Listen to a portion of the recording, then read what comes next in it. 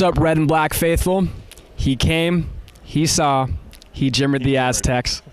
Fredette scored 25 points and had 9 assists as BYU beat San Diego State 80-67.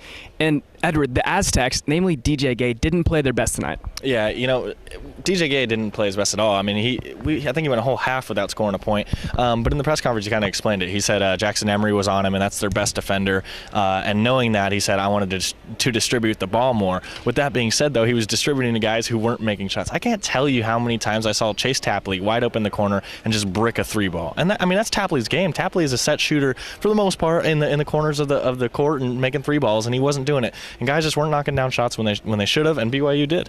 And you know what? One thing I can't believe is that SDSU's only lead tonight was 2-0 at the start of the game off a Billy White dunk. Yeah, the atmosphere here was electric, and it almost felt, we were sitting next to a BYU reporter, and he said, it feels like we're down by 10 or whatever. And I was like, you look at the scoreboard, and they're up by 10, So the fan support they got was insane, and it was just scary to me to see how they couldn't capitalize on that fan support.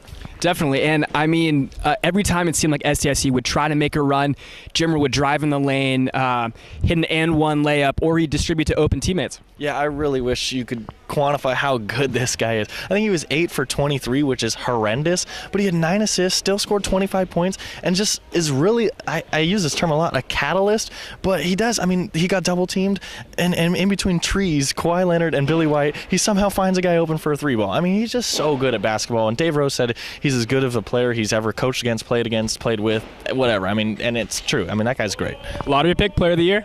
He's definitely National Player of the Year, and he definitely should be a lottery pick. He was making 3-balls from the logo here at San Diego State. It was incredible what he was able to do today. And you were talking a little bit about the crowd reaction here at San Diego State. I know towards the end it kind of got a little ugly. What are your thoughts on that? Yeah, we were kind of joking about it because last year they had the You're Still Mormon chant. They dressed up as missionaries. Seth Davis of Sports Illustrated called them classless.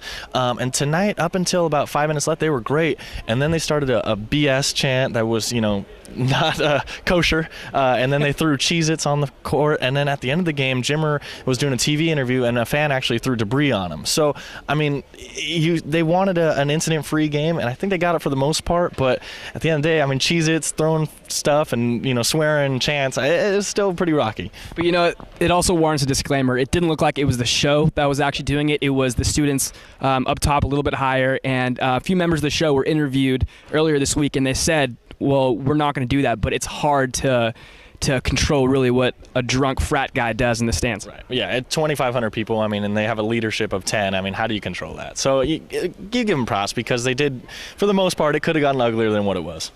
And at the end of the day, the Aztecs just didn't make the important plays like they have in the past. But it's not the end of the world.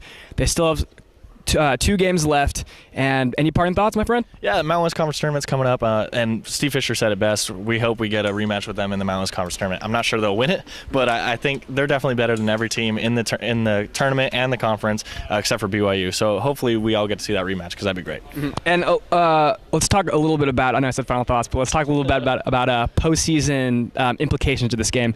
Does this make BYU number 1 seed? Yeah, everybody's going to think I'm sad about the Aztecs losing, but really I'm sad about the Aztecs getting out of the West bracket. I really did not want to travel for an NCAA tournament, but it looks like this loss is probably going to drop them out of that 1-2 seed, which is probably going to make them a 3 or a 4 seed, which means they're probably not going to get to play in Tucson and then Anaheim, which I think is the biggest benefit to being the Aztecs and being a reporter who covers the Aztecs. So, but with that being said, BYU is probably going to get a 1 seed after this victory. Well, what if SDSU wins the Mountain West Conference Tournament? Obviously, there's things have to play out, but I'm saying right now, if I had to do Joe Lunardi's bracket, that would be my bracket. I'd take them out of the West region. I'd put them as a 3 or 4 seed. Now, obviously, they can play themselves back into it, but who knows? There's a couple weeks left in the season. There you have it. He's Edward Lewis. I'm Agustin Gonzalez. We both got sexy haircuts. Thanks for kicking it overtime.